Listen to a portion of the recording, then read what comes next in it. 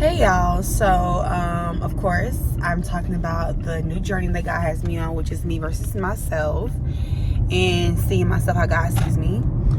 And in the class we just reviewed the book that we're collectively reading together, and the class is pulling up old things in my life, and I'm just like, okay, cool.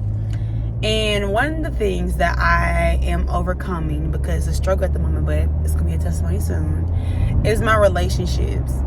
So they started talking about childhood wounds, y'all. And I'm just like, okay, of course, I know I have childhood wounds, but I didn't think it was that deep. And so as a young lady growing up, your girl has always been on the heavier side. And so I realized that insecurity translated in my relationships. Because as kids, people funny. They be like, I don't want to pick you because you're fat. Oh, you don't got no nice shoes on. Kids are are kids. They're materialistic at times. They have their own thoughts and whatever. And so as a child, you hear the word of them, just words. Sticks and stones may break my bones, but words don't hurt. And so I got in the narrative just disregarding that. And so I started to realize when I used to ditch my friends and ignore them and put these walls up, it wasn't because what they said affected me. Now, it's not what they said affected me. It's the simple fact that I'm already affected by what previously happened. So when they touch me, it's like a sore ache. And I'm don't do that. That hurt.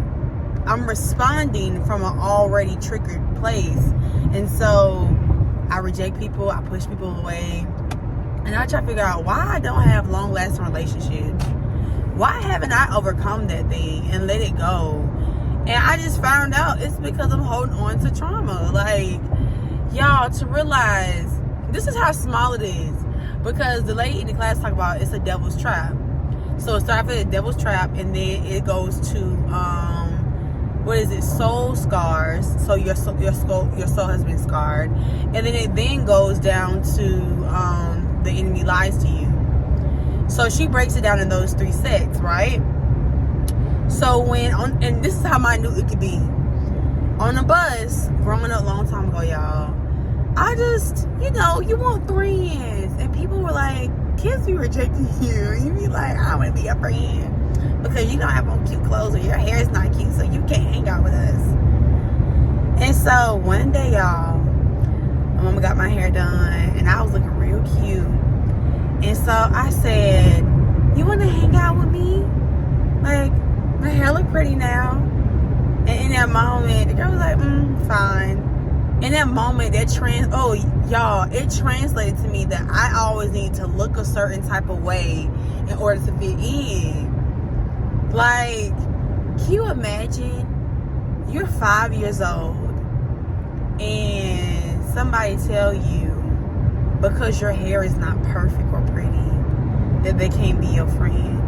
And so you translate that into saying, I need to always look beautiful in order to have somebody. And you carry that weight of being superficial and vain because you feel like because I was marked there, that means everyone needs to meet this standard because that was the standard that was set for me, which is untrue because you are beautiful. You are great. God sees you in his image. And no, we might not like the picture perfect, but it's your soul that God is after, which is why he's healing it. And so hearing God say that to me, I realized, I was like, oh wow. So not only did I take that as in I always need to look pretty, but I took that as in, oh my goodness, if I don't look this certain type of way, they ain't gonna want to be my friend, or they're gonna stop hanging out with me. And so it made it seem like I always gotta perform a certain standards to have friends, and I end up putting myself on this mask of being fake. And not even fake and funny, but I mean fake as in you don't get the real Crystal, you get the one that I make up in the mirror every morning. And so now we're transitioning to a new season where I am, particularly where I'm not this car. Well, I can't be, I'm sorry y'all, this car was trying to knock my car. Well, I can't be perfect.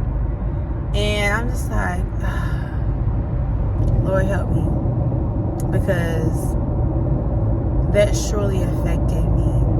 And I don't want to keep living friendships and life like that. Set me apart and set me free from these soul scars. You know, that is my prayer. May we all be set free from soul scars that has literally wilted us because we thought that that was the standard that was set before us, but that was only the enemy lying and trying to make us live in a superficial mindset. I love y'all, and I'm gonna drop because people out here ain't like they losing their mind. Bye, love y'all.